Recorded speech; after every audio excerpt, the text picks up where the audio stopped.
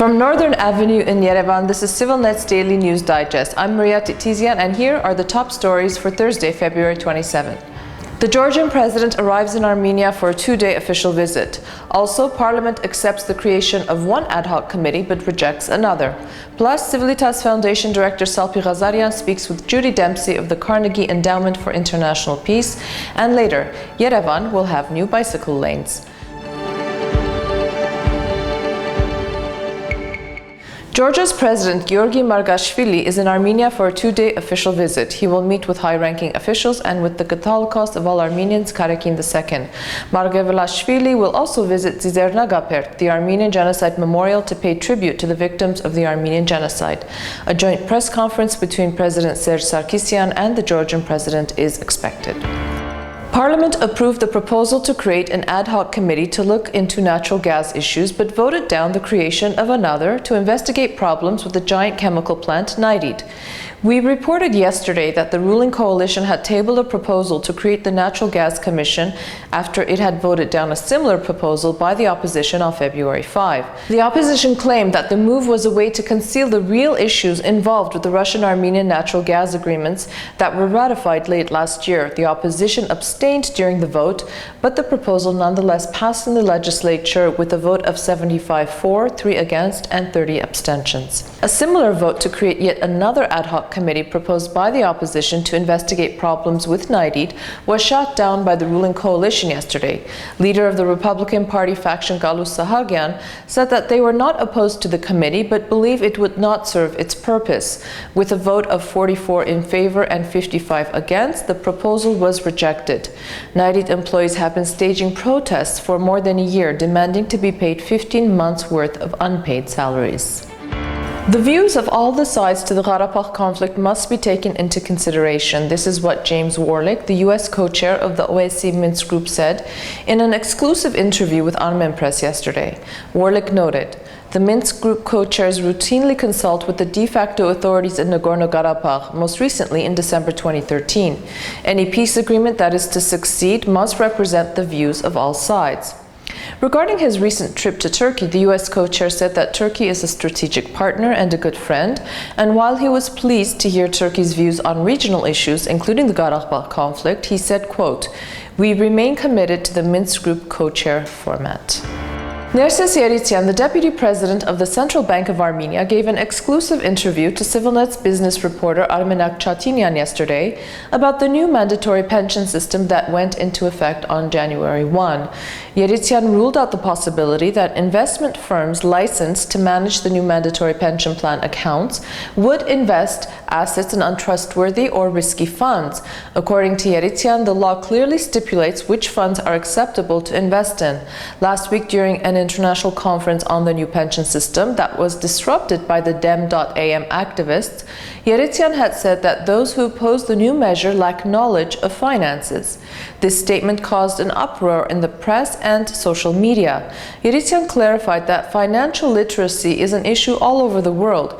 He also said that textbook knowledge is not enough, and the public's financial knowledge would improve when capital markets improved, and the financial market in Armenia will develop as a result of the new pension system. Ambassador Traian Hristia, head of the EU delegation in Armenia, handed over certificates to participants of the first ever training course of the EU in Armenia Club yesterday at the EU Center.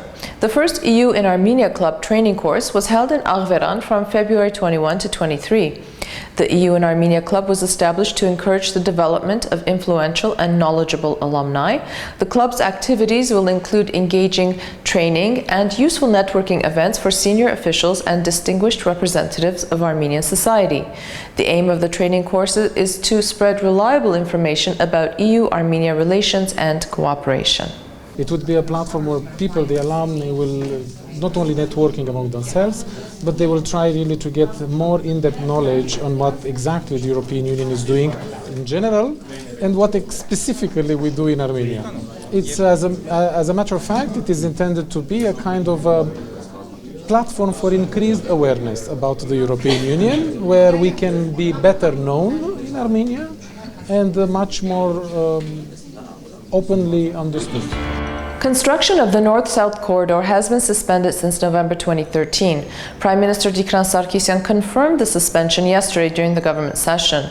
The North-South Road Corridor program is a major infrastructure project which will connect the southern border of Armenia with its northern point by a 556-kilometer-long highway. Its objective was to facilitate and intensify domestic and foreign transport and trade.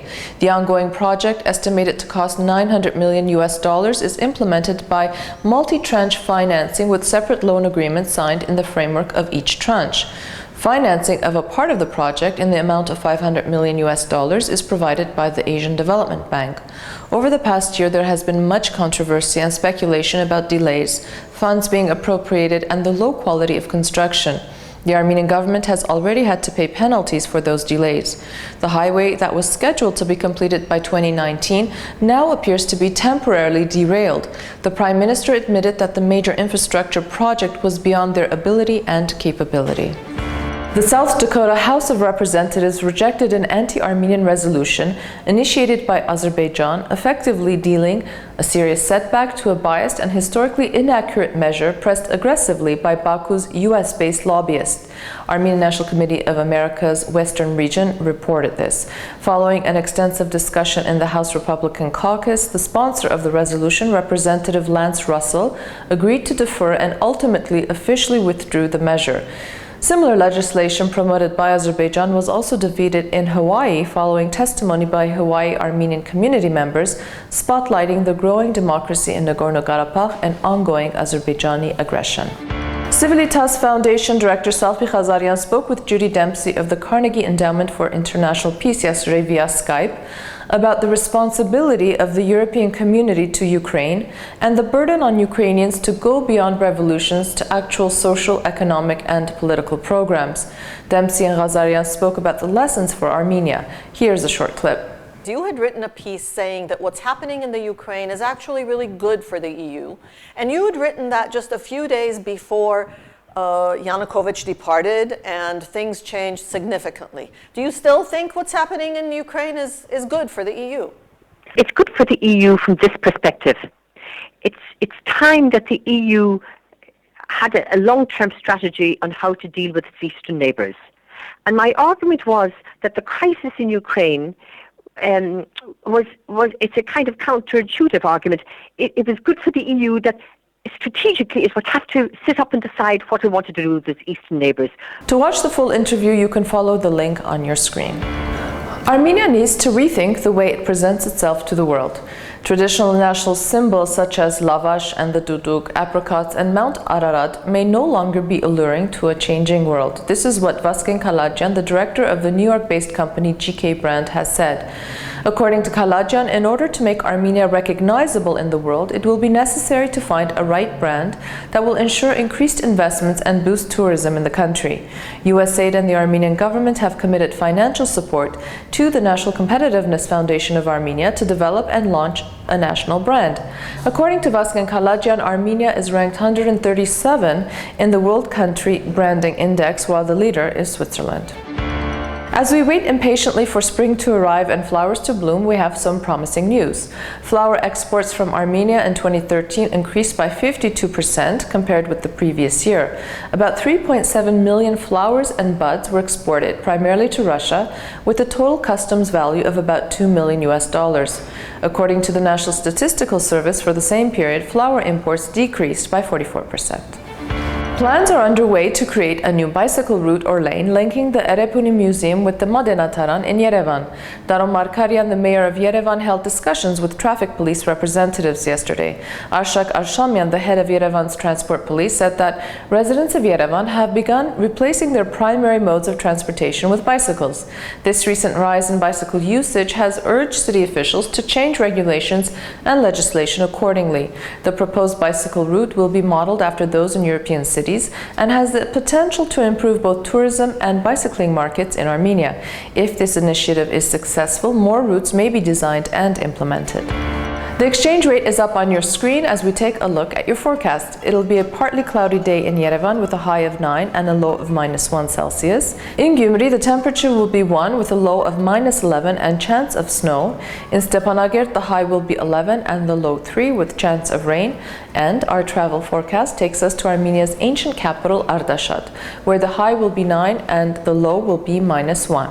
According to 5th century chronicler Moses Khorenatsi, Ardashat was founded by King Ardashes in 185 BC after he surveyed the land and determined that Ardashat was the most strategic location to build his capital. According to the Greek Strabo and Plutarch, Hannibal of Carthage assisted in the city's creation. Ardashat was renowned for its beauty and was a focal point for Hellenic culture in the east. King Ardashes built Armenia's first theater in Ardashat as well as a citadel, which was eventually renamed to Khorvirab in the Middle Ages. The city's importance grew during the Middle Ages as Ardashat was located on an important trade route of the Silk Road, linking the Caucasus, Asia Minor, Iran, and Mesopotamia. Consequently, the city became very wealthy, boasting a large number of churches, bathhouses, and administrative buildings. Most importantly, however, it was in Khorvirab, the monastery fortress where King Dırtad imprisoned Gregory the Illuminator, eventually releasing him and proclaiming Armenia as the first Christian kingdom in the world in 301 AD. However, Ardashat went through a period of drastic decline in the Middle Ages as enemy and renegade troops invaded, sacked, and looted the city. The modern city of Ardashat, located next to the ancient capital, was founded in 1962 during Soviet rule. Today, the population of Ardashat is around 25,000 people. And that is our digest for this Thursday, February 27. We leave you today with the performance of Rhapsodia on the Armenian Canon, performed by Zobinar Hovanesyan and Lilian Mardirosyan. Have a great day, and I'll see you back here tomorrow.